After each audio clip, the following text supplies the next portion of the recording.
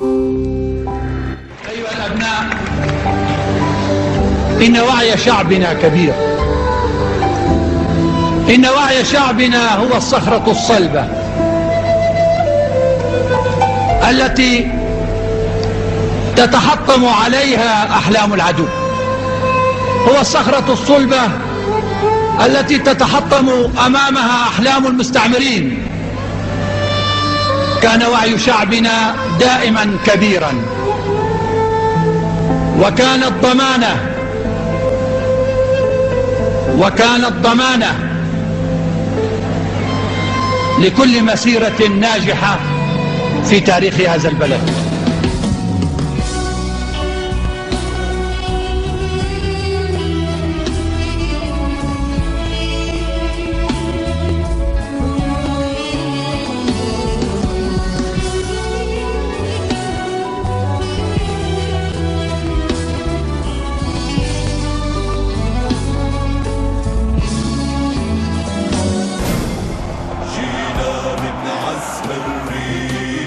بالحق رح نشهد عالعهد ما منزيح، سوريا ما بتتهدد، جينا من حدود الشمس بزنودنا السمراء، رح نحمي هيدي الأرض والشام رح تبقى.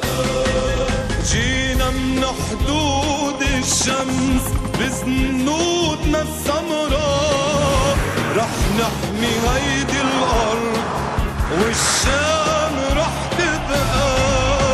الشام رح تبقى. وسنكون دائما وأبدا أسود الأسد.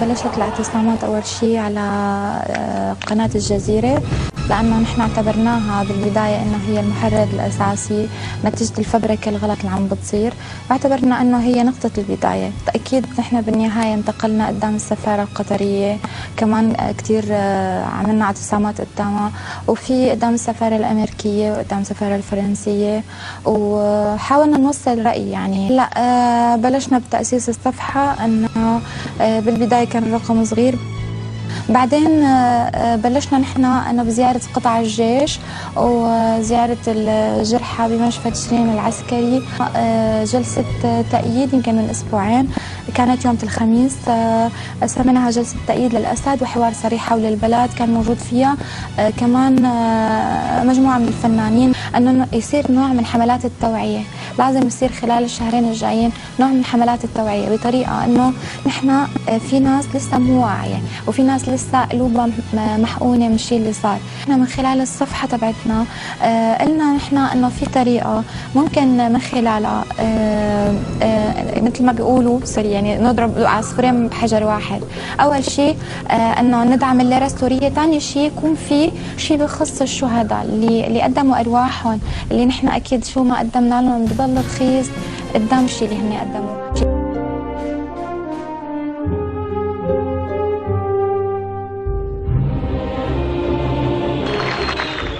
بس يعني ما راح اطول كثير، حابب اضيف هيك كلمه بسيطه. نحن كلياتنا ونحن نازلين على الشام، يعني نازلين لحتى ننزل على بيوتنا، في مين اشتغل وتعب والله يعطيه العافيه وجاب لنا بيوتنا على المطار، وحابين هيك نتشكركم.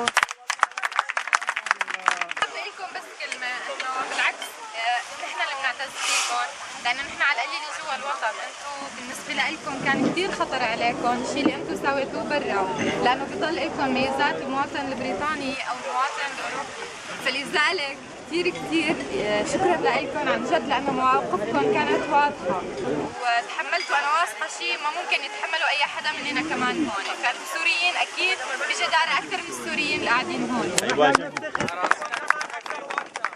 بيناتكم انتم عايشين بالوطن والوطن عايش فينا. بالجامعة الخطة الجاية انه نحن ننزل على الشارع، ننزل ندافع عن البلد، ننزل نعمرها، لانه في 100 اسلوب لحتى يأثر الواحد على دفع البلد للامام. سوريا حلوة عن جد، خلينا نخليها احلى. الوطن عرض البني آدم، عرض البني آدم، عرض البني آدم. أكيد بشرفنا نحن نحكي أكيد عن الجيش العربي السوري اللي هو عقيدة صعب بتوقع تهز أي نفوس رخيصة أو يتأثر على فكرة الجيش العربي السوري بعقولنا نحن. أنا عم بحكي جيلي والجيل اللي بعدي، بدي أقول لهم إنه يا ريت هال 41 سنة اللي صارت فيها سوريا موجودة على خارطة الآخر ما تضيعوها. صرنا عم نعمر البلد سنين طويلة، يا ريت فعلا تحافظوا على البلد لأنه بتستاهل، ونحن بيميزنا إنه نحن شعب مو بس جيشنا عقائدي، شعب عقائدي. يمكن صار لنا 4 شهور ونص يريد بشار الأسد، والشعب لا يريد إلا بشار الأسد. بالنسبة لمجموعة تنصور الأسد كنا دائما يسألونا إنه مين الداعم لإلنا، رح نقول شغلة وحدة، نحن بلشنا أكيد من أول الأحداث والاعتصامات وبكل شيء ساوينا، لأنه الوطنية ما بتخلق فجأة عند العالم، كلنا تربينا بوطنية، كلياتنا ربيانين بجيل ربيان على نهج خالد حافظ الأسد. يعني لكل ام شهيد موجودة هون انه كل ام شهيد هي امنا كلنا، الشباب السوري اكيد بيفتخر بكل شهيد بكل عائلة شهيد موجودة بيناتنا، موجودة بأي منطقة بسوريا. يمي الشهيد اطلعي عالباب لاقينه، جابوا محمل على الكتاف شالونه، قومي فريشي فرشته هاتي ما خداته، نامي العريس وغيفي وتغمض عيونه. فكرة كتير حابة أحكي فيها اللي هي إنه نحن بشهر رمضان، ورمضان هو فيه شيء بخص العبادة، بخص الصلاة، بخص الأشياء اللي فيها تقرب من الله سبحانه وتعالى. فخليني أقول إنه نحن كشعب سوري بالإضافة للصلاة والصوم والزكاة لازم نحن ندافع عن البلد، لأنه هذا يعتبر جهاد في سبيل الله. نحن بالنهاية هذا البلد بلدنا، المفروض إننا نحاول بشتى الوسائل إننا نوفي حقه، نوفي دينته برقبتنا. رح نكون أكيد إن شاء الله بإذن الله تعالى إيد بإيد مع الجيش، مدنيين وعسكريين وقيادة وحكومة. عزيمتنا أكيد ما رح يقدروا يهزوها قد مع كثرة المؤامرات على البلد وعلى الشعب السوري، ونتمنى أكيد من الشعب السوري إنه يضل واعي، يضل متماسك، تضل اللحمة الوطنية اللي نحن فيها هي اللي تنرفز العدو. وبتوقع الشعب السوري صار فهمان منيح انه زادت المؤامرات علينا، لانه فهموا مزبوط انه الشعب السوري متماسك مع قيادته مع الجيش. ان شاء الله يا رب يكون شهر خير، وان شاء الله نقدر نتجاوز الازمه، ونتجاوز اكيد هالازمه طول ما العزيمه موجوده. طيب انا بدي وجهه نظرك هلا كمتابعه للاعلام، وانت ايضا يعني كنا عم نحكي قبل قليل انه كنتي تشوفي الفرق بين ما يعرض وبين ما يكون على ارض الواقع، كيف بتشوفي التضليل الاعلامي، كيف بتشوفي تعاطي الاعلام مع الأحداث في سوريا، مع الواقع السوري؟ أنا برأيي ست هنا العدو عندما يفلس يعني ما بقى بيضل عنده أساليب، فبيستخدم طريقة الكذب. أنا بتوقع صار كتير يعني البركة بالتلفزيونات وبالطريقة اللي عم تفكوا فيها الفبركات. يمكن أول شهر لسه ما كان واعي عن الشعب السوري شو صاير، بس إنما فعلا شوي شوي نتيجة إنه دائما تفرجوا الصورة الحقيقية، وعي الشعب السوري إنه في مؤامرة كتير كبيرة. برجع بقول إنه عندما يفلس العدو يلجأ للأساليب الغبية. أنا بتوقع إنه التضليل الإعلامي اللي عم يمارسوه هو أسلوب غبي، لأنه بالنهاية هي أصلا مفتعلة بإيديهم نفسهم للناس اللي هن عم تطلع هاي الفبركات، فهن بيعرفوا كيف عم بيسيسوا العقول في الخارج. نحن بنقول بس انه نصفي ضمايرنا ونصفي عقولنا ونشتغل بس على اساس انه انت تعال شوف وبعدين تصرف وقرر. بالنهاية أنا بتوقع إنه نحن ما فينا ننكر إنه نحن بحالة حرب، يعني حطوها لسوريا بحالة حرب. نحن مو طرف واحد بس ضدنا، أطراف كثيرة، مئات الأطراف صارت ضدنا. نحن سبحانه وتعالى إن شاء الله بإذنه تعالى أكيد الله معنا، بس بقول شغلة، اللي عنده قناعة بسوريا واللي هو متربي وشربان من مية هالأرض بيعرف تماما إنه هاي الأرض وفية والشعب اللي فيها وفي، فلذلك بنستاهل احنا كشعب سوري وكأرض سورية كرحم سوري واحد انه يتدافع عنه. المفروض اننا ندافع عنه، حتى لو في مشاكل قليلة المفروض نحن اننا نتجاوزها، نخلق الغد، يعني نحن نعمل بكرة، مو ناطرين نحن لحدا يدافع من هون او يدافع من هون. سوريا طول عمرها قوية بذاتها، بكينونتها، بحد ذاتها هي كشعب، كقائد، كبلد، فلذلك نحن نعتمد على حالنا. طيب. نحن المفروض نعتمد على حالنا. ميمتي يا ميمتي يا ميمتي، جيت بعجل لما سمعت بصوتك أنين. يا ميمتي هدني الزعل، هدني الشوق وكتر الحنين، بحضني بعدها ريحتك، ايه عتيابي ريحة الياسمين. لا تفكر تبعدنا الدنيا لو مهما دارت هالسنين. شو بفخر باسمك أنا، شو بفخر باسمك أنا، لنا كل مجد ولحظات اليقين. لا تفكر إنك تنتسى، لا والله ما بتنتسى، ما أنت والشهداء خالدين، أنت والشهداء خالدين. بعدني وفي يا ميمتي، بعدني وفي يا ميمتي لوصيتك اليوم الأزل، بعدني وفي الأرض وعرضي ولوصية الخالق عز وجل. بعرف الجرح مآلمك وبعرف إنه ما بينحمل، بعرف الجرح مآلمك وبعرف إنه ما بينحمل، بس أنا وفيت بأمانتك اللي ما بيقدر يحملها الجبل. هاي سوريا، هاي سوريا يا ميمتي، هاي عز الدنيا وهي الأمل. لا تحزني يا غالي، لا تحزني يا غالي، من رحم الأرض أنا ولدت، من رحم الأرض أنا ولدت، ورجعت لها لما حان الأجل. رايد السوداء الحزين خيامت أو المهني، نار حزن ما ضاع.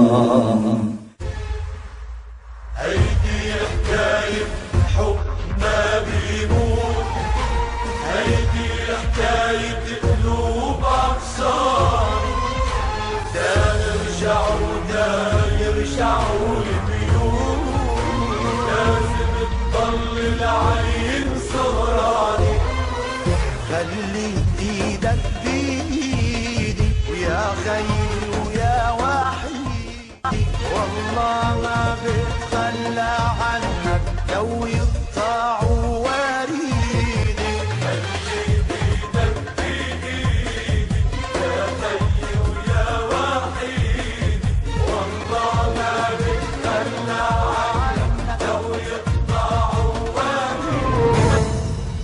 وقت القوي بيوقع أضعف حدا بيأذي، حضن الوفي بيوسع لو مي غيرك فيه. وقت القوي بيوقع أضعف حدا بيأذي، حضن الوفي بيوسع لو مي غيرك فيه. تعطي الكريم بتملكه، ظهرك كأنه سيف، الرجال ما بعمرن بكوا تبكيك مرايا حي. يلي نصيبه مقالب ودمعه صعب يشفيه، الله لغيرك قاسمه لا تخلي عينك فيه. أول شي بدي أقول مساء الخير لكل أهل الحلب اللي نحن بنتشرف إننا موجودين عندكم اليوم. نحن كلياتنا نصور الأسد، لأنه مو بس مجموعة نصور الأسد، إن شاء الله يا رب دائما يضل الشعب السوري كلياته نصور الأسد. من كم يوم لما في عدد من المغتربين طلعوا من هون، واحد من المغتربين طبعا وكلهم غاليين على قلبي، ان كان الدكتور عيسى، استاذ ادهم، الاستاذ عمار وقاص، ان شاء الله ما اكون نسيت كمان حدا. قال لي كلمه انه صحيح انا تارك البلد ومسافر راجع على لندن، بس انا تارك امانه برقبتكم، وكان طبعا دموعه بعيونه، قال امانه برقبتكم هالبلد والدكتور بشار تحافظوا عليه. وهاي الأمانة يا أستاذ غسان أنت وكل مغترب بقول لك هي أحلى أمانة بتأمنها أنا والشباب، بس يا الله هالأمانة ما أصعبها وقديش بدها شغل، لأنه عن جد إن شاء الله بنكون قد الأمانة، وفعلا البلد والدكتور بشار الأسد أمانة برقبة كل مواطن سوري. بلدي بلد الياسمين، بلد الحب والحنين، بلدي بلد المودة والتعايش، حكاية حضارة من آلاف السنين. بلدي ملتقى الأديان، بلدي منبع. القصة أكبر بكتير من ضمائر صارت، القصة صارت احنا السوريين، احنا السوريين، احنا والله قصتنا حزينة، الدمع لو نبكي صدق تغرق انت من بكينا، من بكينا.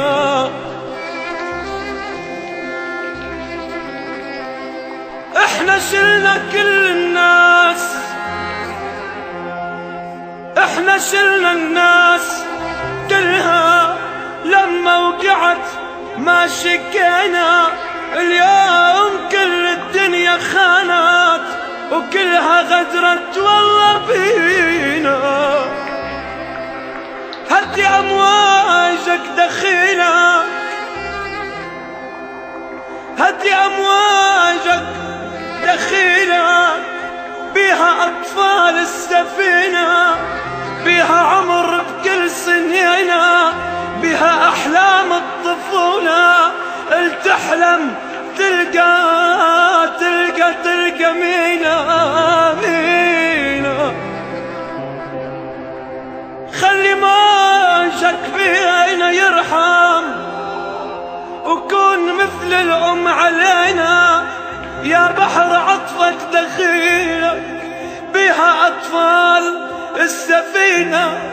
احنا سوريين، احنا والله قصتنا حزين حزين. يا نصر، من باكر الصبح اريدك تنزل للمدينة وتلتحق بالجيش. يوبا ترى دموع امي ما جفت، خلني اودع اخويا الشهيد والتحق بعدها بالجيش، وبعدها روحي فدا الجيش وفدا الوطن وفدا العشيرة. وهذا هو عشم بيك ولدي.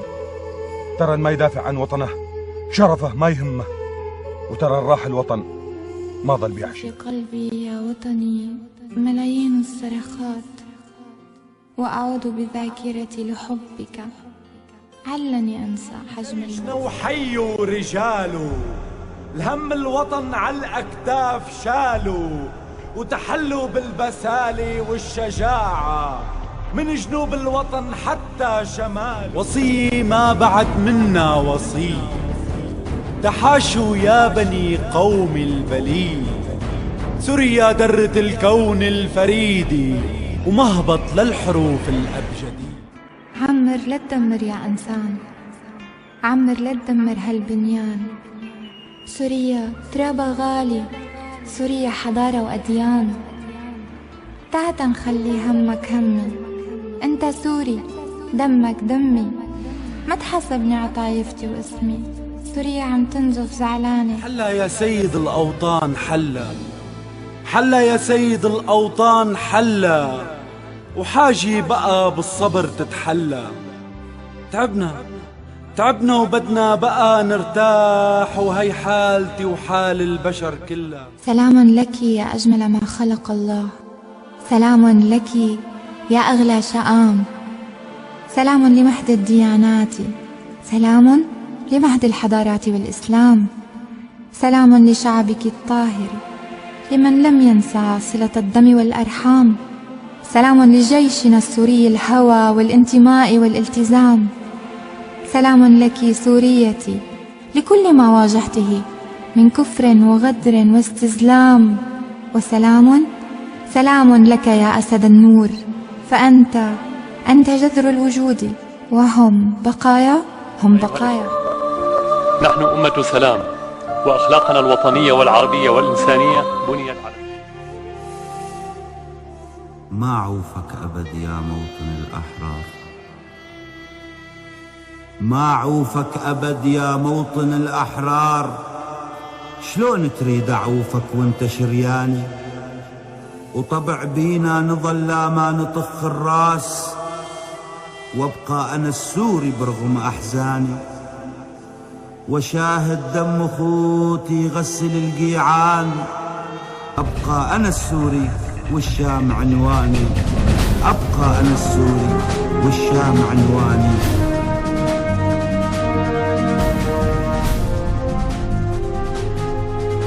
نبقى حماة البلد، نبقى حماة البلد رغم الجرى والكان، واحنا رجال الأسد ملوك على العربان، نبقى لعون وسند بوجه الأمريكان، وبإذن واحد أحد ما بينا بد خوان، ويفداك هذا الجسد والروح والشريان، وتبقى بوجههم وتد ويحرسك الرحمن، تتعمر هذا البلد تا يكمل البنيان، تا يكمل البنيان.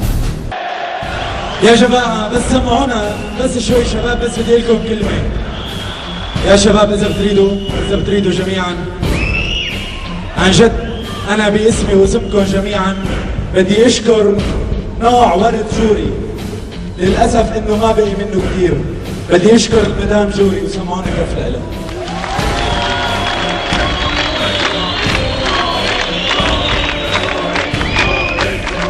طبعا المدام جوري هي أدمن مجموعة نسور الأسد، وهي الأخت الكبيرة لكلنا والأخت الكبيرة لكل الناس اللي وقفت معنا، لعوائل الشهداء وللجرحى، وفي شغلات كثيرة ما رح نقولها، بس أكيد نحن بنفتخر فيها وبنفتخر إنه يكون عندنا مثال للجوري النادر.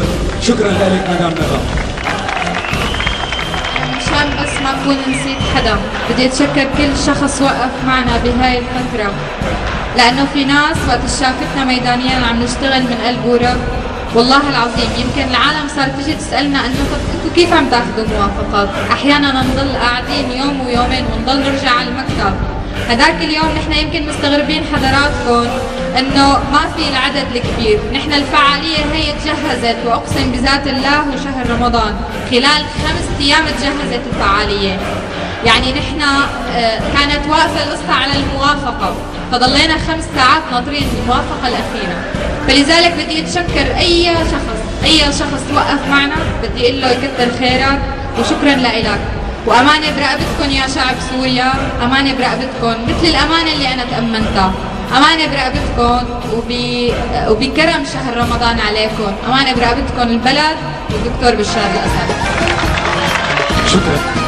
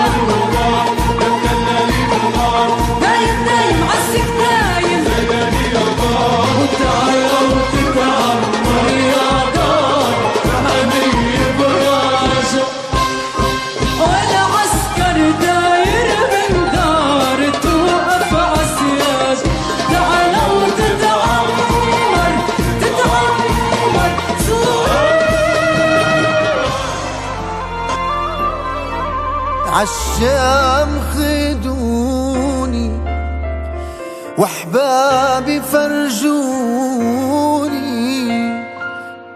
سوريا راجعة وشايفها بعيوني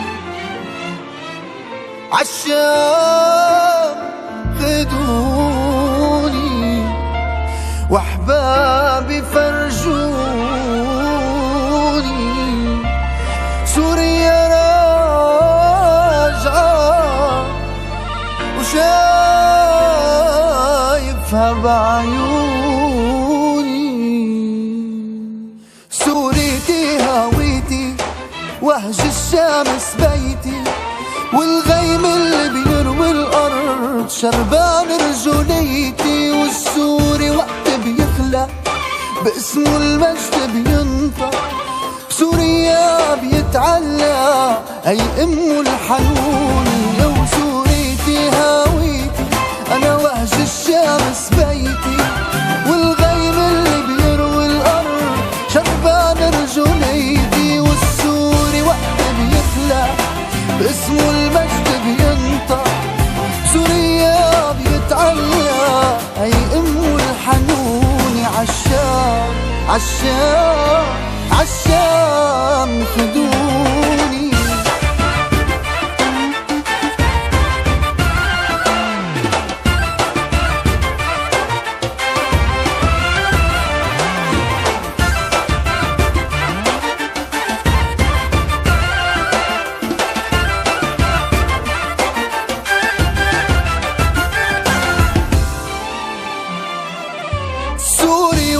بيرفع ايده جبال بتركع والنجم البكرة بتطلع ذاكرته مدفوني كف السما جبيني حب بلادي ديني انا شرفي بيكفيني بالسوري سموني وسوريتي هويتي وهج الشمس بيتي والغيم اللي بيروي الارض شربان رجوليتي والسوري وقت بيخلق باسمه المجد بينطق سوريا بيتعلى هي امه الحنوني عالشام عالشام عالشام خدوني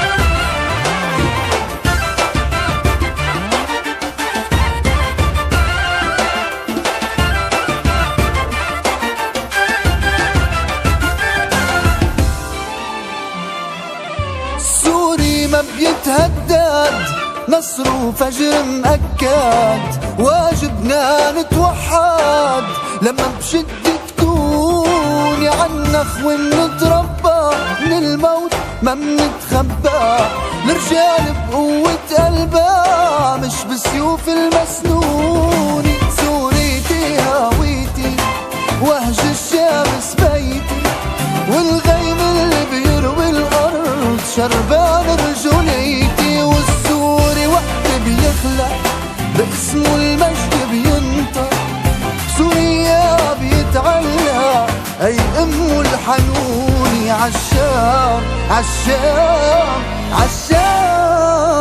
عالشام خدوني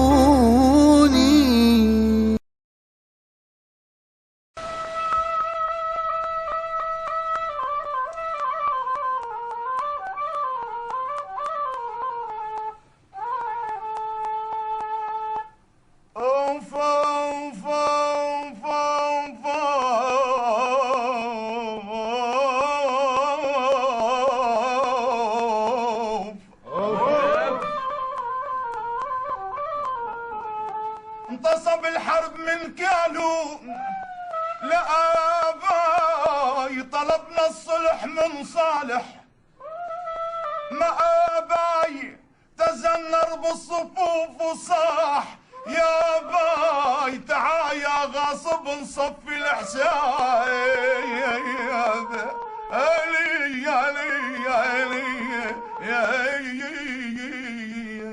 بعد قلبي على البشر كلنا نسوانها ورجالها كبارها صغارها وشايلين حمالها، واللي زرع فينا البلاوي وهج وتخلى، عتبان قلبي عالبشر كلها.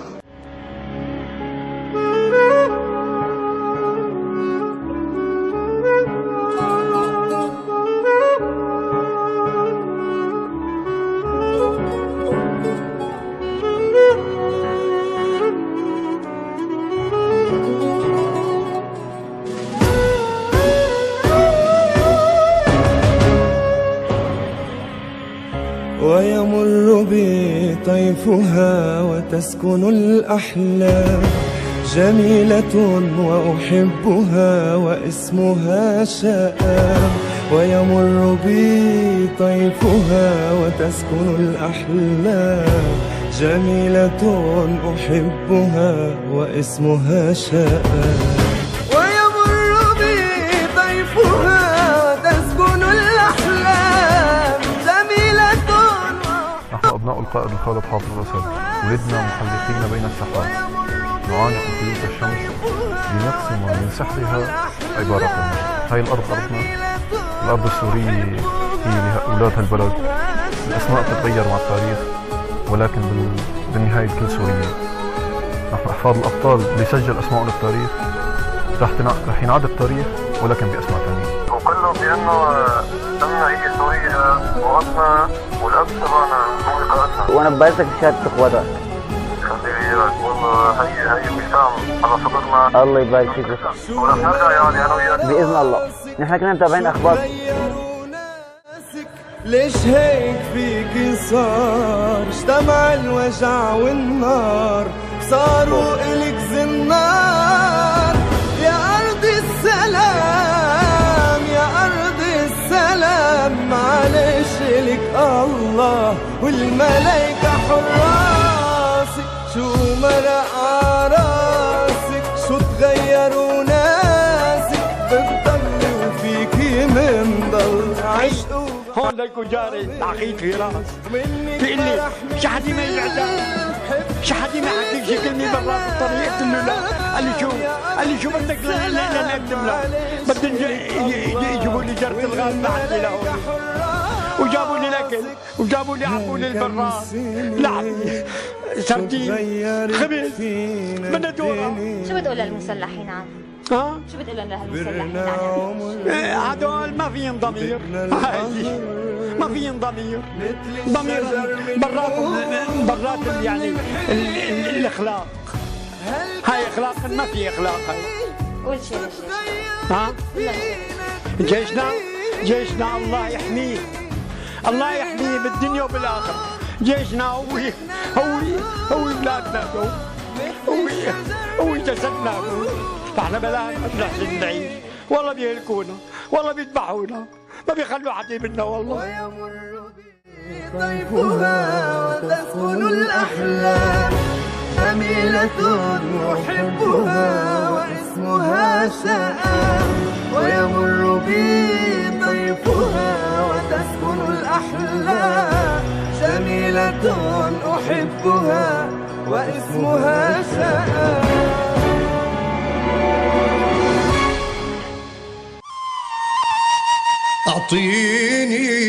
أعطيني بدلة الجيش الأبي، يحيا جيشنا وتحيا القيادة. خدوا دمي زرعوني ورد أحمر، افتحوا لي درب عبواب الشهادة. أنا بفخر بأجداد الأوائل، خلوا يفخروا في ولادي.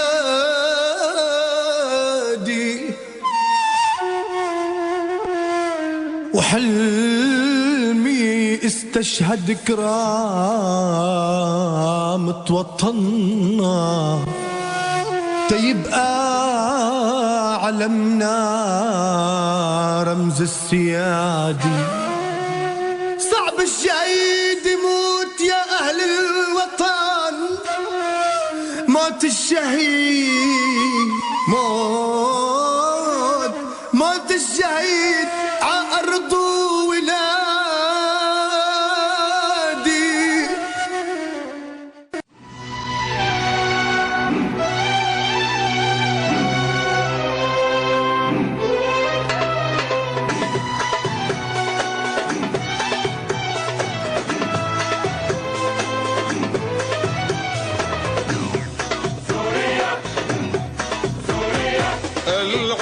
أمجاد العرب فوق ترابك يا سوريا، وبحروب النور انكتب اسمك بالعالي سوريا. طلعت أمجاد العرب فوق ترابك يا سوريا، وبحروب النور انكتب اسمك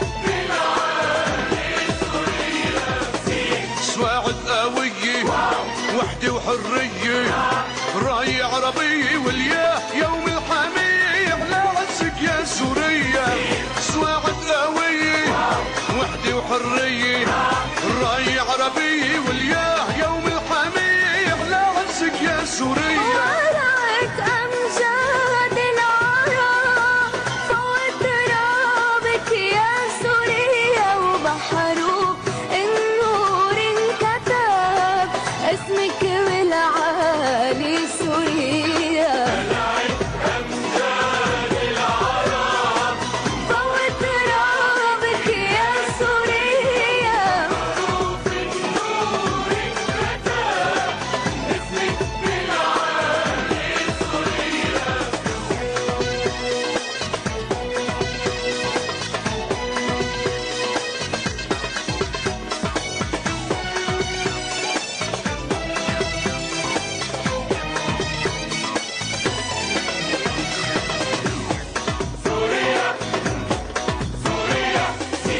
سيوف ماضيكي وعدت لبيكي، ربي يحميكي والياه يحمي رايك ويحمي ترابك يا سوريا.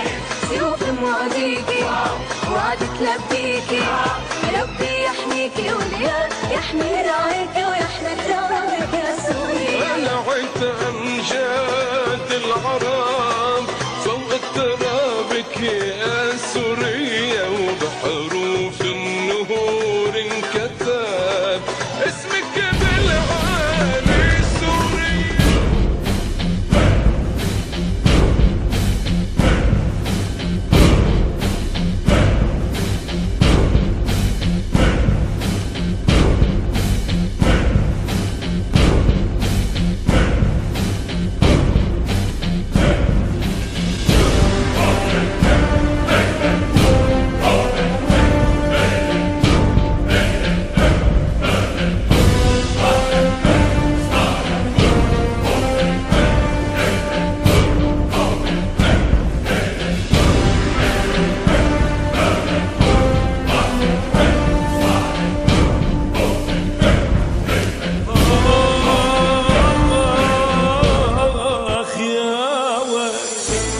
اسمع يا عبد المال،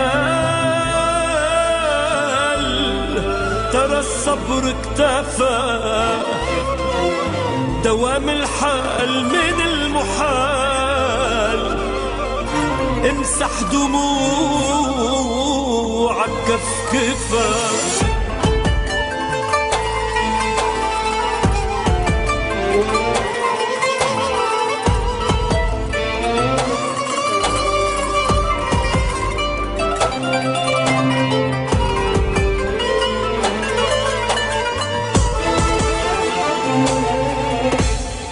الطمع عامي عينيهم وايدهم سودا مثل قلوبهم، والشوك اللي زرعوا بايديهم بكره رح يطلع بدروبهم.